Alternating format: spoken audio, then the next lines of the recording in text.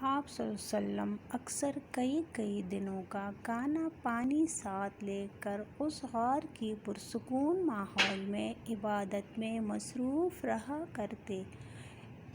جب کھانا پانی ختم ہو جاتا تو کبھی گھر آ کر خود لے جاتے اور کبھی حضرت خدیجہ رضی اللہ عنہا غار میں کھانا پہنچا دیا کرتے۔ حضرت علی رضی اللہ عنہ نے فرمایا، اگر کوئی تم سے جلتا ہے تو بجائے غصہ ہونے کے ان کی جلن کی قدر کرو، کیونکہ یہی وہ لوگ ہیں جو تمہیں خود سے بہتر سمجھتے ہیں۔